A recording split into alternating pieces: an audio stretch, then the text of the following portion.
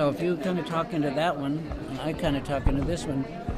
So, you have any questions for me? I have a couple questions for you, but you might have some. Well, I'm just so fascinated with your delve into Buddhism. What brought you into Tibetan Buddhism?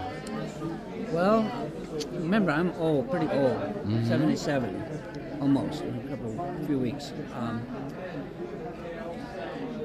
Back in the 1950s, people like myself, I was raised in Ann Arbor, so it's a college town.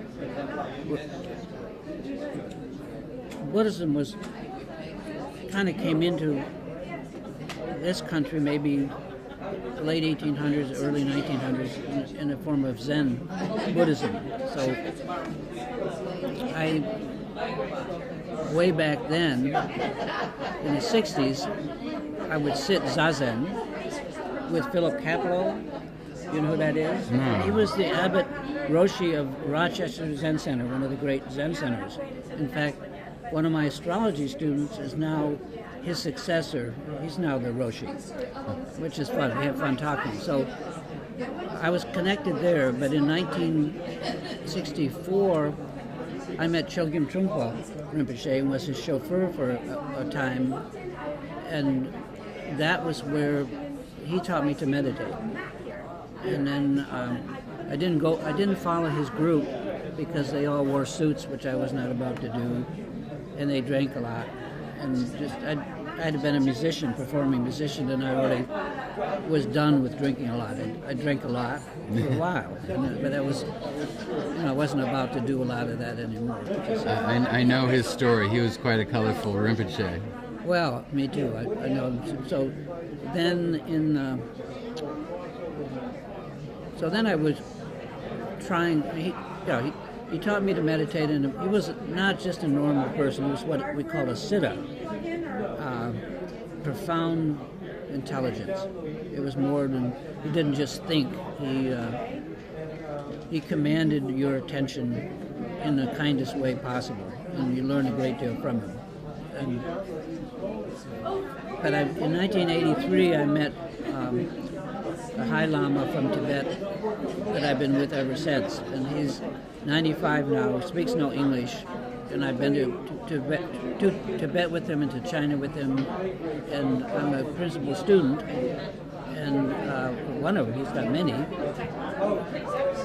I help. You need to get that or something? No. Okay, so that's kind of how I got into it. So the Tibetan Buddhist path is very rigorous. They have two basic kinds of meditation. One is called, do you need to get that? No. I'm just waiting for it to go so I can send you a message. Oh, okay. Do you want to stop and do that? No. Okay. I want to keep going. All right. So Tibetan Buddhism has two kinds of basic practices. One are called the non-dual or realization practices. Mm-hmm. Those are the higher practices, and then they have like Mahamudra, and then they have before that what are called the foundation practices, or basically they're called the preliminaries. And of the preliminaries, there are what are called the common preliminaries, the extraordinary preliminaries, which are a whole lot of very difficult exercises like 100,000 prostrations, 100,000 100-syllable mantras, 100,000 mandala offerings, 100,000 Guru Rinpoche, praying to the Guru Yoga, and then 100,000 refuge and bodhicitta. So I got involved in that, and under the direction of this teacher, I did all that. In fact, I did it, and when I went to him when I was done, I said, okay, I did all that. And he says, want to know, I said, what should I do next? He said, want to know what I would do if I were you? I said, okay. And he said, I would do it again. And I did it again. And all the prostrations? Yes. Oh my God.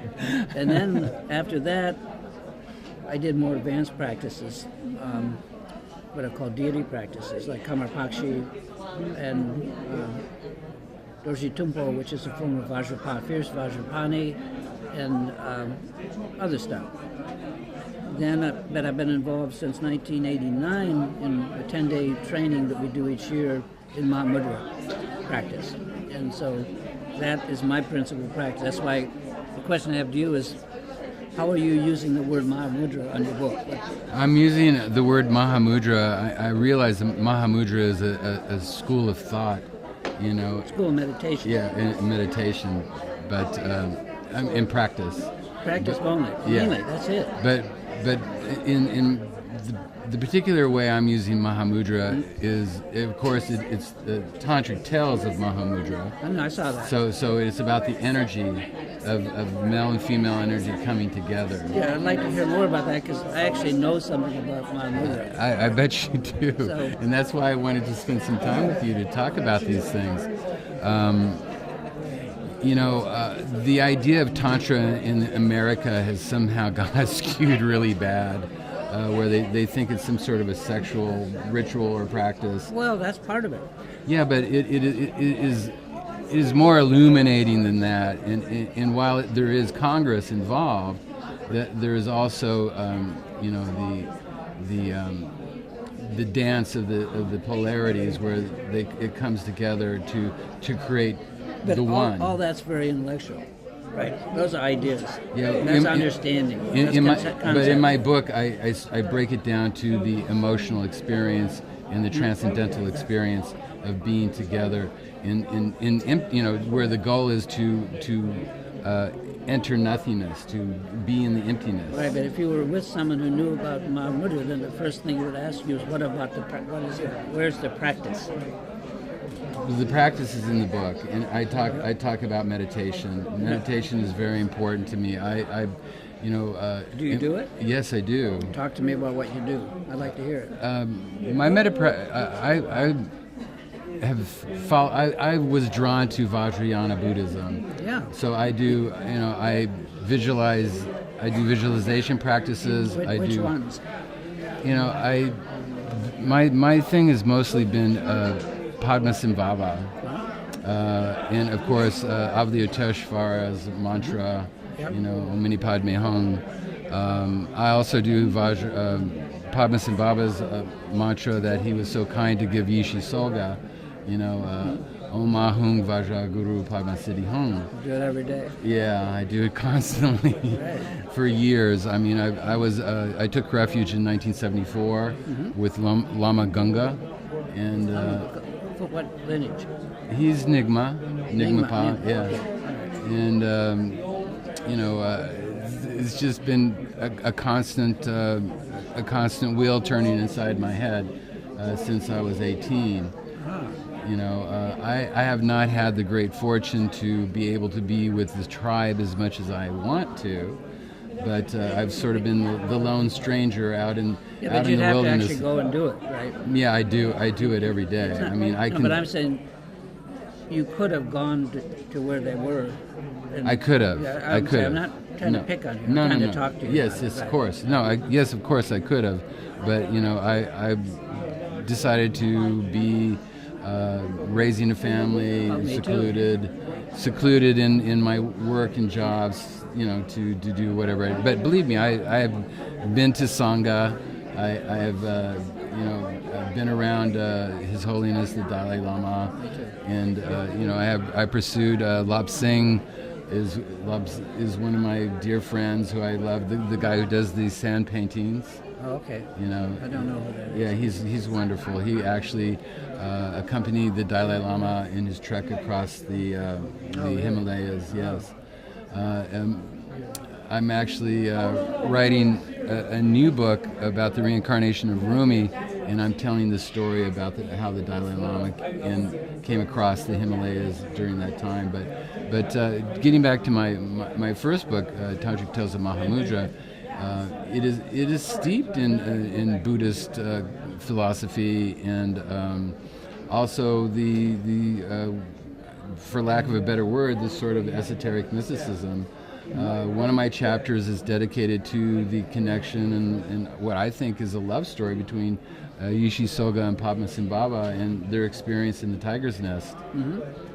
Well, I've actually been to a number of the caves of Guru Rinpoche in Tibet, including the first cave in a place that's called Shedrak, Crystal Mountain. And it was like an all-day climb. It was like all you could do. Even our guide who was Tibetan had never been there. in all of his years, that idea. It was, anyway, in Samye, which is the oldest monastery, Samye Monastery, behind it is a place called Chimpu. These are other Guru Rinpoche caves, which I've also been to. So,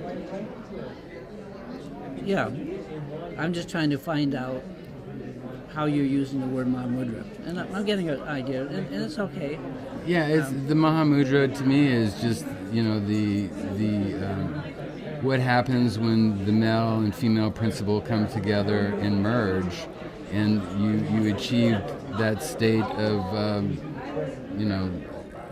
for enlightenment or bliss or samadhi or what kind of practices do you do daily? What kind of meditation practice do you do?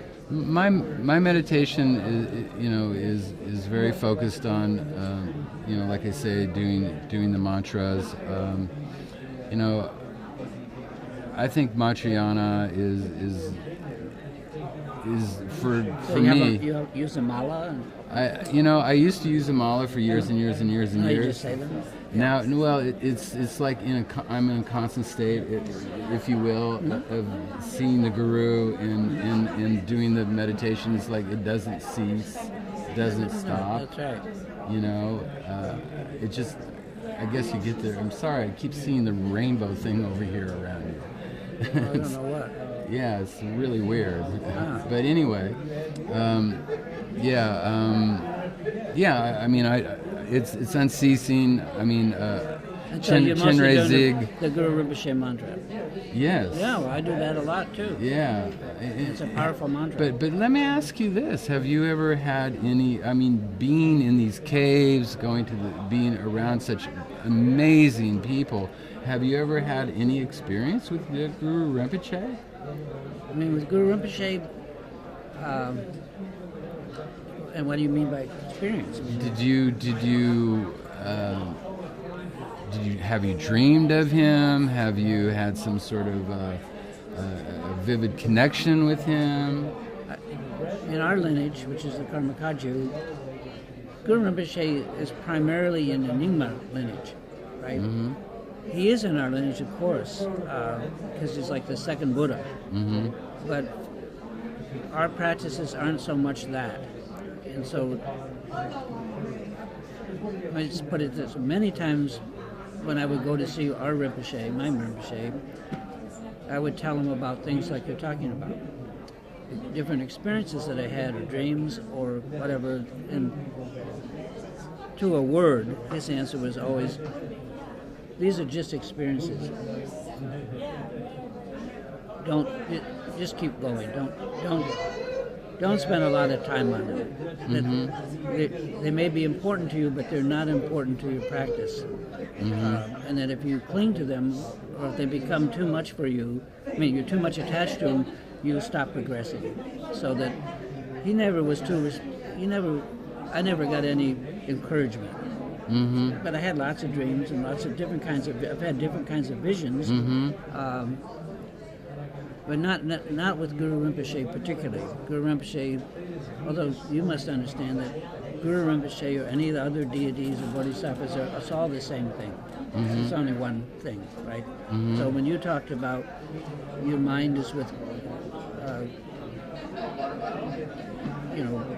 that mantra, that I understand, right? That's as close as we've gotten so far. Have you ever had an experience with the Pure Lands? I've never.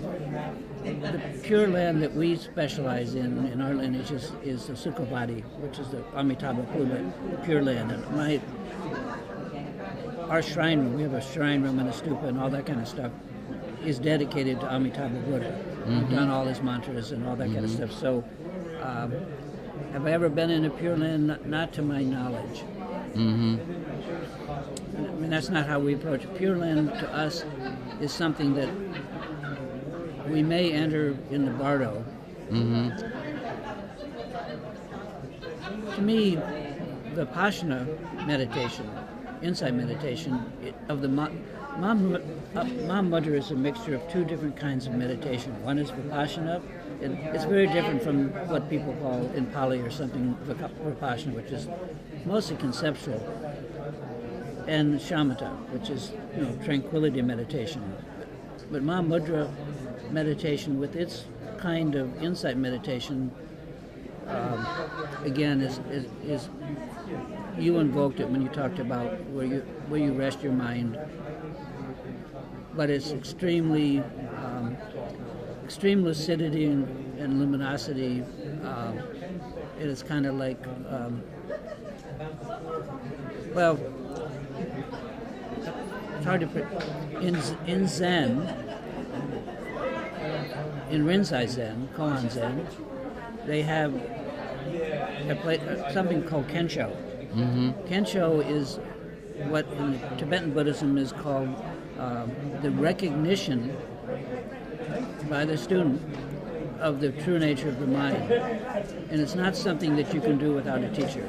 It's only something you can do by a teacher giving you what are called the pointing out instructions. And I've had them many times, and I had even one of the highest lamas there were at that time, one of the heart sons. There's 4 heart sons that they passed the teachings down through the centuries, who took me in a room and sat me down and gave me the pointing out instructions personally. Wow. And I didn't get it. And I've had that happen a number of times. But I also had it happen when I did get it. So, and you only have to get it once, because you understand the difference between experience and realization? What is it? Realization is the aha moment, and experience is something that you actually, have in the material world. This is pretty true, that some of the Upadesha, the fifth teachings, say things like this: in the midst of experience, realization can arise, may arise. And experience is up and down. You can have some of what you were referring to, that's what we would call experience. And if 2 weeks later you probably don't have it, if 6 months later you don't have the same thing. But realization, once you have it, it never goes away. Yeah. And so in our talk, as I mentioned, the only thing that came close to that you brought to mind was resting in that state. In the nothingness. Yeah. So that's sublime. That's the nectar. But for me, I don't think I had it as easy as you did, in the sense that I'm a really master astrologer. But I'm not a master Dharma person. It's very difficult for me, but it's the most rewarding and fascinating and useful thing I've ever learned. But Dharma is not easy, and it requires, as we say, we have a lineage prayer that says, unwavering attention is the body of meditation. Are you familiar with the 6 words of advice of the Mahasiddha Tilopa? I know of Tilopa, but I don't know these. Please explain. Well, he had 6 words of advice. 2 of them are recursive, so I won't. They would take too much of a sidetrack, but they represent everything you need to know. Like, of course, everything does. I mean, many things do. But his 6 words, which we'll do 4 of them. The first one is, don't prolong the past. And the second one is, don't invite the future. And the third one, which is the hardest one, don't alter the present. I can see how that would be difficult, because our minds are restless. That's right. And they're trying to, move awareness along to wherever it can, and it keeps distracting awareness. That's right. And the fourth one is relax as it is. The basic idea is to learn to rest, allow the mind to rest, and don't monkey with it, right?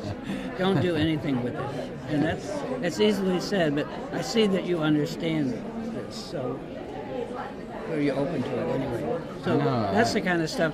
I spend my time with texts, right? Learning. I don't read in Tibetan anymore. I mean, I reached a point where my teacher told me that I grasped the teachings that any way I wanted to present them was fine with him, which for him is very rare to say to anyone.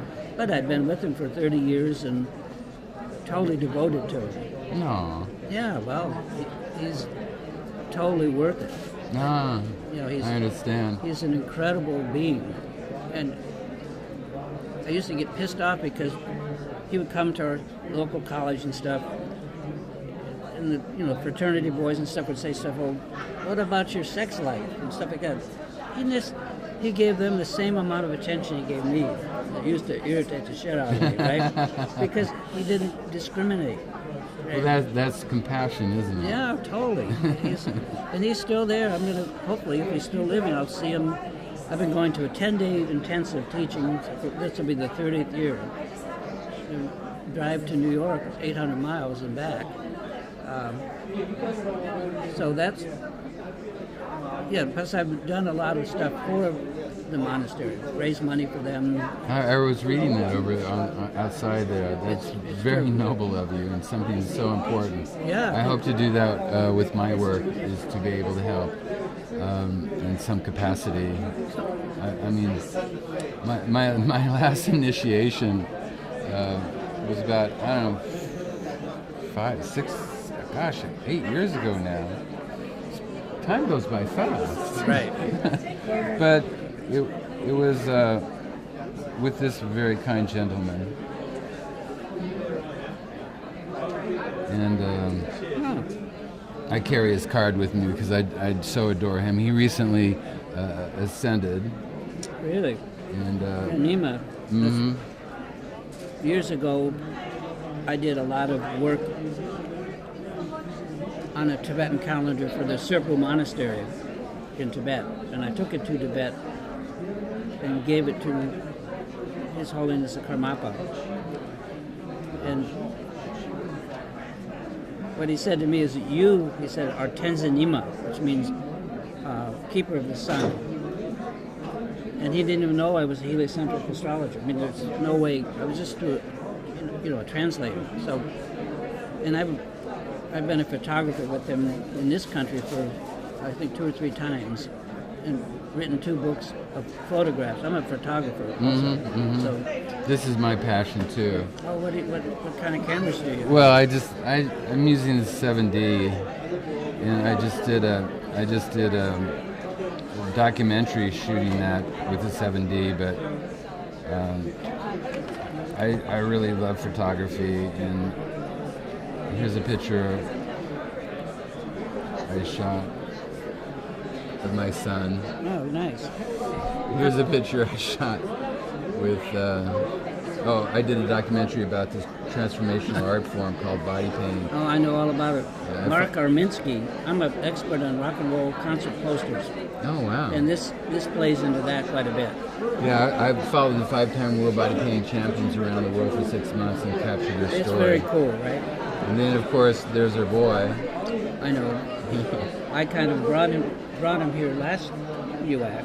He told me. Yeah, and Thank you gave for him doing my that. blessing. Thank you Basically. for doing that. Thank you. And I do fashion, That's cool. and I write films too. So this is a little slide from That's that cool. film. Let me see. Let me show you what I kind of. Let me see if I can get to.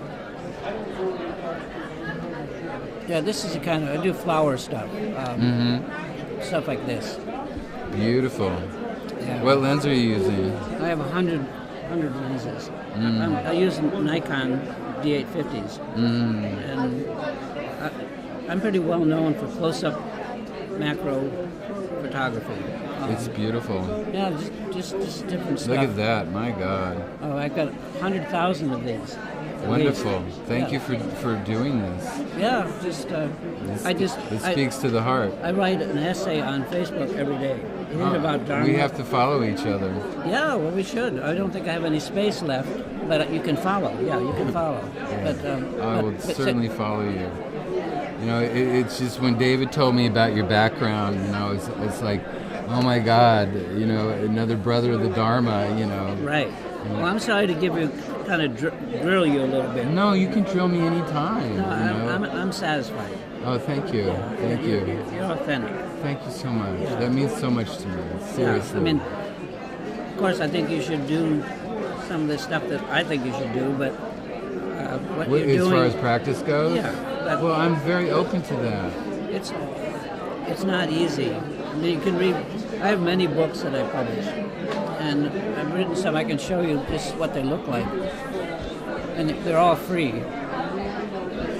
If I can get this thing to, what does it want to do? What's the trouble? Did you know Karma Finlay? It's a common name.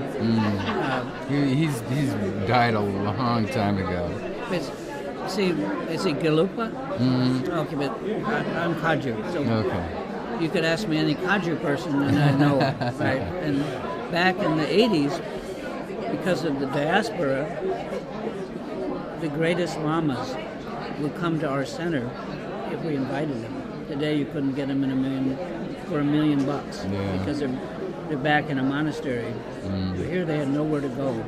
And so they would come, and I had a chance to meet like some of the heart sons of the Karmapa, spend time with them, a lot of time with them. Anyway, that's pretty cool. So what was I going to show, Johnny? These are all astrology books. These are all books that I've written about key astrology techniques, some of them. But I've also written a lot of Dharma books. And these are Dharma books, basically. What do you think of the Lotus Sutra? It's beautiful. I mean, what's to think? It's not a thinking thing, right? No, it's a feeling thing. How about the Heart Sutra? That's the one I like. The Heart Sutra? Yeah. So I have a book called Experience with Mahamudra. That's a story of how I got into it. You might like it. I'm going to love that. It's many years old now, but it's still roughly accurate. I'm a little embarrassed of it, but not terrible. Oh, I'm going to get this book right away. You can just download it. It's just, and I have lots of, here's an even earlier one.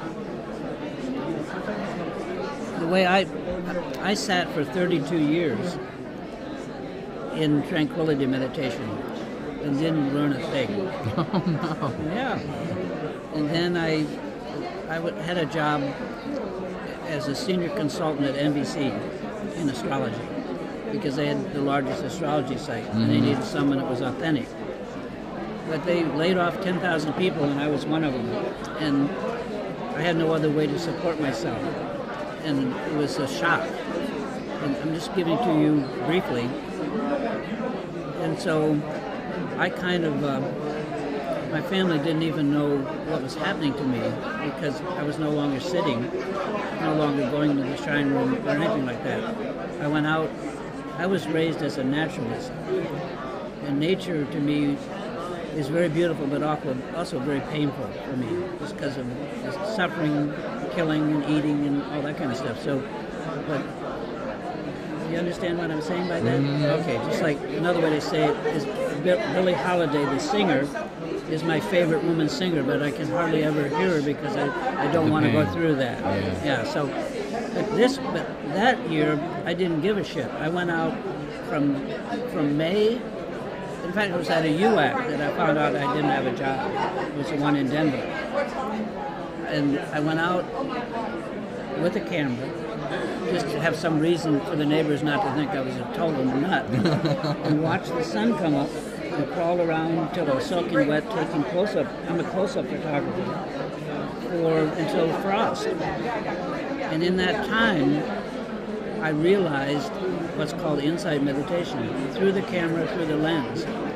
And I didn't know what was happening to me because then I had extreme clarity, everything. But the only way I could do it is I had to take a camera and go out and shoot photos, right? And then I didn't understand that. And this Lama that I know is a retreat Lama, 3-year retreats, came to visit us. And he was very close, almost like a son. And he said, you recognize this, Michael, what? I said, what's happening to me? And he says, well, this is just like a textbook. He says, you've gone out where there is no one around. And he says, Michael, we have the Lama, like our teacher. He says, then there's the Lama of the scriptures. But there's another Lama that most people don't know about. It's called the Lama of appearances. Nature itself is the Dharma teacher. And that apparently I had broken through into insight meditation, which is a realization practice. It's non-dual. Yeah, because you're in the moment. It's in the total moment, presence. and my photography got better and better and better. Not because I tried to get a result, but because I was 100% into the process. Anyway, it took me maybe 2 years to extract my insight meditation from photography, and now I can do it when I write for many different things. So this is an even earlier book of that story. But anyway, there's tons. There's more. So isn't that where you were finding the tantras? Well, what do you mean finding the tantras? Well, I mean, they talk about tantras are in the clouds, tantras are under rocks, tantras are, Well, what's a tantra? Tantra? Yeah. To me, it's just energy. It's just information and energy. Okay, that's not registering, but I'm trying to understand what you mean by tantra. I mean, tantra. Well, they tantra is like communing with the energy of the fabric of the universe. Where there's certain information that you receive. Well, but I do that all day.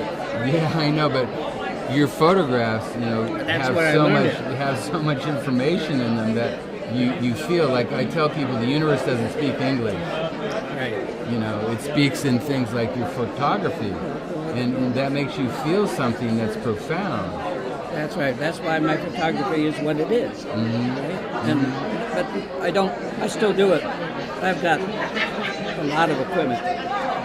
How wonderful. And my lenses aren't just lenses. They're apochromatic lenses. They're APO lenses that cost $5,000 a piece, many of them. And they're the best. I didn't bring any here because there's no reason to. Yeah. Use my iPhone. There's plenty. I would love to visit you sometime. Well, I'm in Michigan. You can.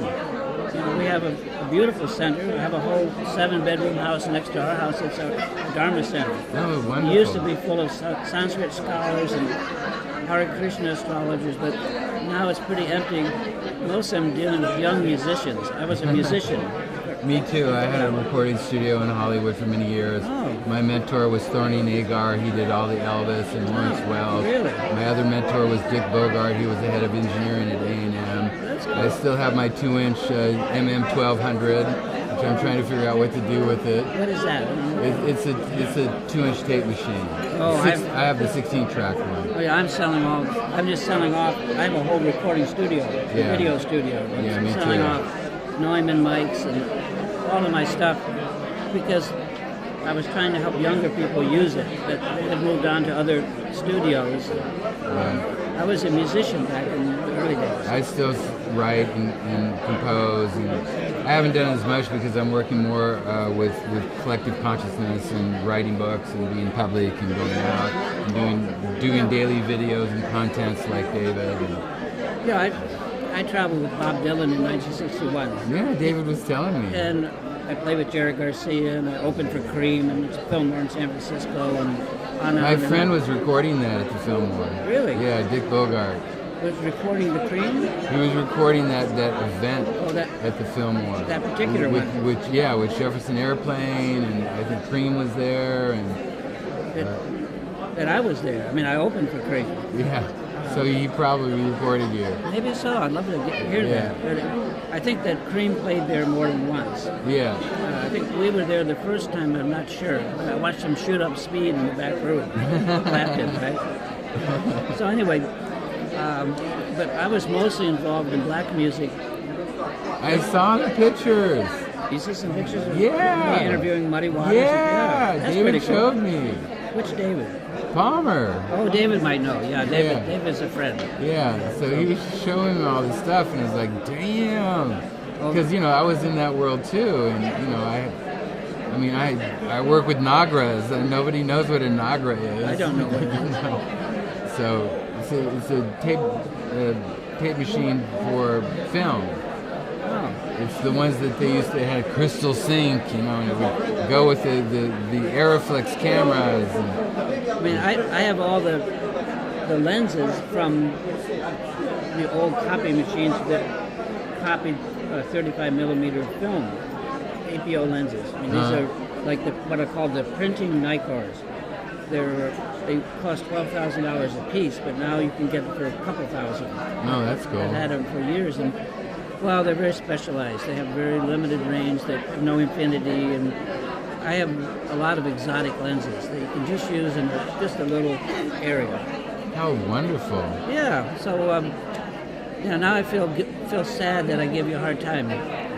No, don't be sad. But I'm happy. You're supposed to give me a hard time. A little bit. Yes, it was meant to be that way. Yeah, but I like you. Thank you so much. Yeah. I mean, I meditate on Chinmay Zig. Well, that's me too. Yeah. I do that. So I mean, I see him constantly in my mind's eye, along with many other. It was the Tonkas that brought me to Buddhism. Well, I can show you something else. Let me see if I can find them. These are all just Dharma stuff. But I also had a great Bhutanese master that lived with us. Here are 3 books. I'll let you do whatever you do. I'll wait till are you there? Yep. These 3 books you can download. I'll just load one of them. How do I find you on? I gave you a card. You got on a card? Facebook. Yeah. Okay. It's I have on a there. card. Just Okay. on. These were all done at our center. This is my dear friend who died recently. Spoke 7 languages. Was a brilliant calligrapher and a brilliant artist, and this is just some of his work. Yeah, there's so many questions I would love to ask you about. Look at that. Yeah.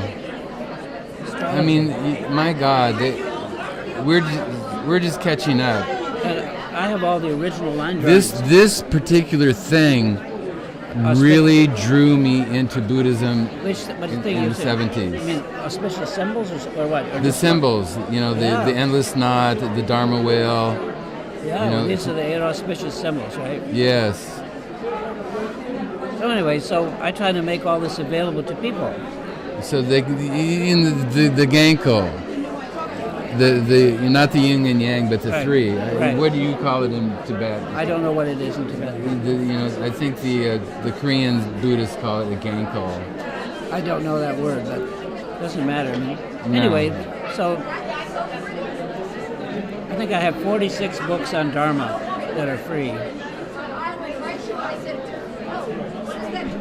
Oh no, I'm familiar with it. Yeah, but it's called. Does it say there? Yeah, it's beautiful. That's a beautiful version of it. Thanks. Yeah, I mean, I saw things like that in my mind's eye, and I was like, "What's that? Why do I see that?" There were so many things that I had experiences with. I'm in Devil Sagittarius. I'm about the experience, right? And then trying to figure out what they meant. Rising. I have Sag rising What too. degree? 27. I'm 8. Antares. And my sun is at 29 degrees, and also, of course, in the first house. My moon is in Aries. My moon's in Taurus. Ah. Yeah. Yeah, well, I specialize in trying to introduce astrologers to the heliocentric chart. Dave was telling me about that. Which is your Dharma chart. It's the chart of your Dharma. Let's look at your chart. Let's do wanna it. do that? Yeah. I have to leave in about 10 minutes, That's but we okay. can do it. Not a problem. I'll let you type your own name and stuff. Probably easier than I can do it. Especially with glasses.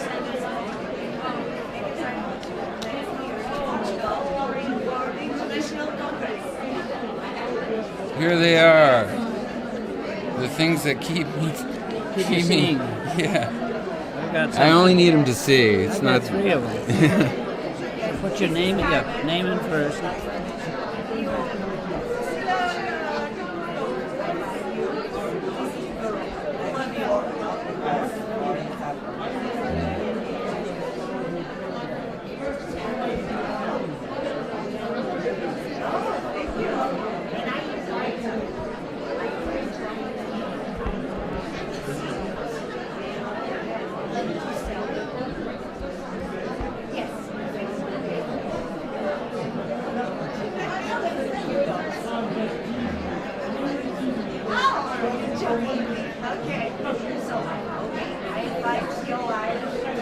Okay, I understand.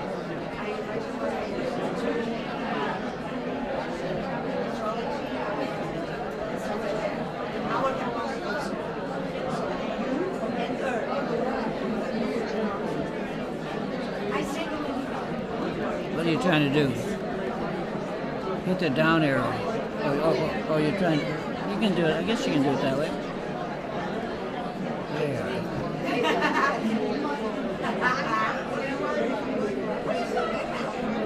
Yeah, you want to get the right town. What is it called? Marshalltown, Iowa. Well, you have to put comma IA or whatever, then hit Atlas, and it will find it. Now, is that it? Yep. Okay, you got it? Okay, I'll do it. Good.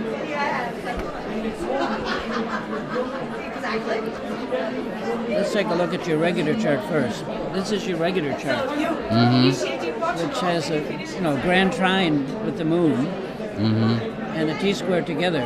But the Dharma chart, and this is traditionally the chart of your karma, what you're working through. This is what's actually in your chart, which is not almost a grand trine, but not a complete one, and a T cross. We kind of look at it's important to look at how big the space is here, which is kind of what drives us. You got to go or something? No. I have 10 more minutes. What this tells me is that you and I could be good friends because I don't have any of this, and you don't. You have almost what I have, but not quite. I'll show you my chart. We'll come back to this one.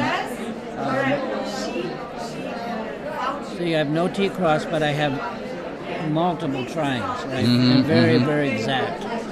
So that has to do with big picture thinking. So what yours tells me, let me see where it is. Right there. Yeah, I don't have my glasses on. That one. Down one. There we go. You have a really nice, in helioastrology, it's not so much how exact something is as it is whether it's present or not. So this is what I don't have. So that this is like opposites attract. This I will appreciate in you, which is that you're lovable. This is essentially what it says. Here you are almost having what I have, but you don't quite have it. So you would appreciate that I do have it. Yes, I do. And so that we would go together well.